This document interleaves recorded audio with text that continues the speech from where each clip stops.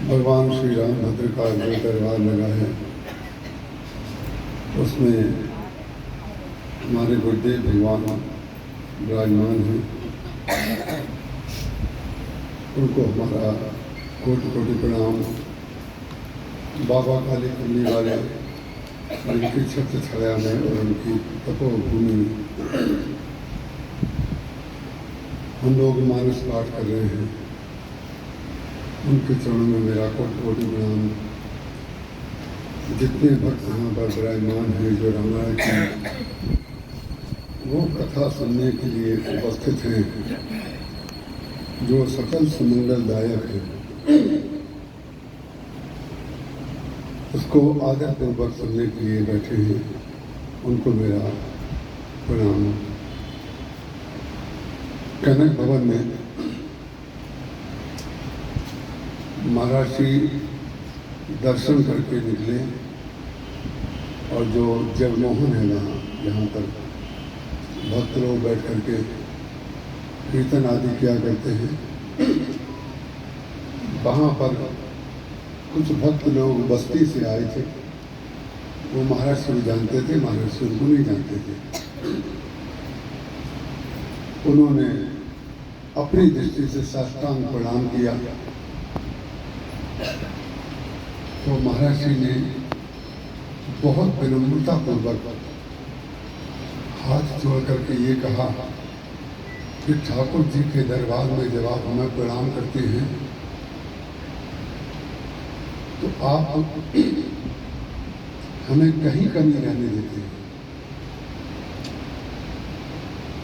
उसका कारण ये है, जो भी संत है, महात्मा है, जिसको आप जो मानते हो, वो नतमस्तक है दरबार में, और उस दरबार की एक मर्यादा होती है। आपको प्रणाम करना है तो शाम को 6 बजे से 9 बजे तक हमारा कमरा खुला हुआ है, आप आकर के वहाँ प्रणाम कर लीजिए, बैठ भी जाइए, हमारे पास भोजन करनी पड़ेगा, बातें भी करिए। लेकिन भगवान के दरबार में जब कोई प्रणाम करता है तो ऐसा लगता है कि हम बहुत बड़ा अपराध हम कर रहे हैं, क्योंकि मुश्किल ये है, हम आपको ना तो उसमें आशीर्वाद देंगे, ना आपको कोई बहुत भक्त मानेंगे। प्रणाम करने के अनेक स्थान हैं, ये चबूतरा है, बाहर है, बैठे हैं, कहीं भी।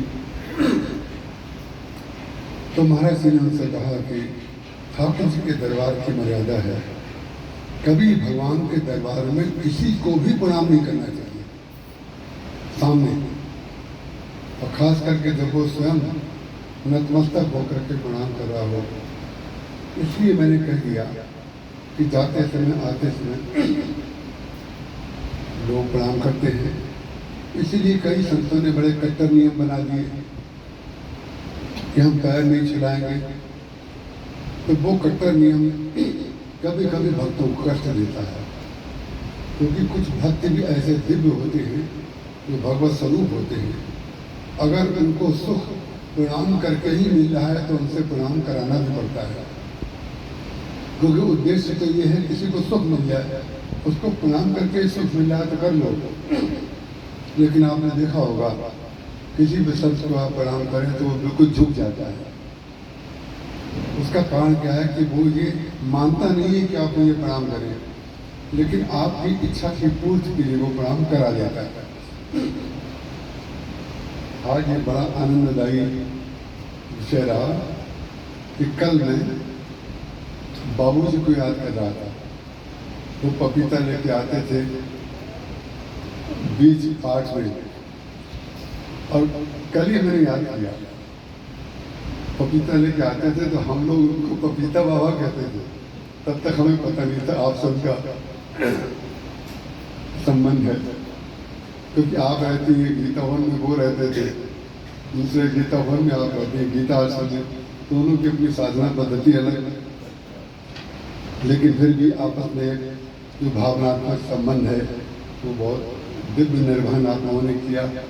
तो आज माता जी जब केला लेकर के आई हैं, इसका तात्पर्य ये होता है, ये मैं इसलिए सुनाता हूँ ये बातें कि वो भक्त सूक्ष्म शरीर से या तो स्वयं आता है या अपने किसी अभिन्न पात्र से वो सेवा लेता है। कल ही मैंने याद किया उनको कि नाम तो मुझे पता ही नहीं, नाम तो सब में आपका भी केवल नाम पता है, साल का पता क्योंकि रामायण पाठ में मिलते हैं, उसके बाद आप कहाँ रहते हैं, आप हमें नहीं पता और हम कहाँ रहते हैं आपको नहीं पता। जीवन है क्योंकि मिलने का स्थान तो फिर भगवान का दरबारी है। तो आइए हम लोग अरण्य कांड दोहा क्रमांक 29 खा से रामायण पाठ प्रारंभ करेंगे। जेहि विधि कपट कुरंग संग भाई चले श्री राम, सो छवि सीता राखी उर रटती रहती हरि नाम। मोरि सुधारी सो सब भांति, जासु कृपा नहीं कृपा अघाती। रघुपति अनजन आवत देखी, बाहिज चिंता की निवसेखी।